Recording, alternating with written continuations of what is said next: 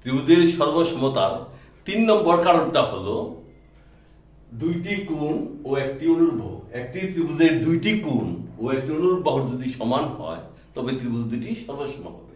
দেখো, আমি আগেই বলছি যে বিষমবাহু ত্রিভুজ আঁকবা, দুইটি কোণ, একটা এ বি সি,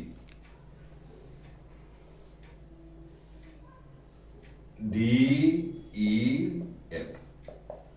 এখন ত্রিভুজ এবিসি ও ত্রিভুজ ডিএফ এর মধ্যে ত্রিভুজ এবিসি ও ত্রিভুজ ডিইএফ এর মধ্যে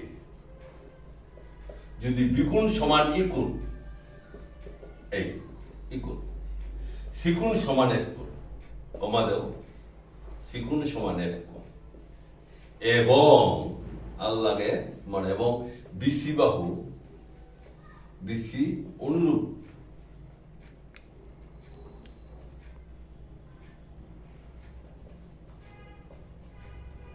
ইএফ, অতএব লিখতে পারো ত্রিভুজ এবিসি সর্বসম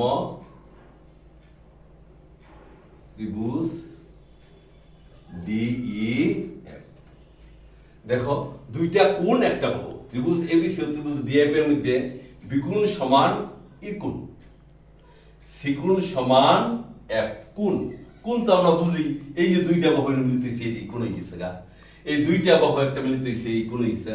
কোণ তো আমরা এই যে যেমন এই যে বোর্ডের এই জায়গায় দুইটা বাহু, এই একটা বাহু মিলিত এই কোণ হয়েছে গা, এই জায়গায় দেখো আর একটা কোণ গেছে, ওই জায়গায় কোণ হয়েছে, ওই জায়গায় কোণ হয়েছে। তাই এই যে বিকোণ সমান ই কোণ, সি কোণ সমান কোণ, এবং বিসি বাহু অনুরূপ ইএফ বাহু সর্বসম। আমরা যদি এভাবে দিই এ কোণ সমান দ্বিকোণ, বিকোণ সমান এ কোণ, তখন অনুরূপ বাহু হবে এবি সমান ডি।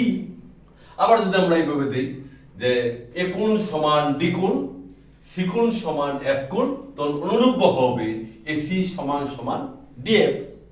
তে আমরা দুইটি কোণ একটি অনুরূপ বাহু যদি সমান হয় ত্রিভুজ দুইটি সর্বসম হবে।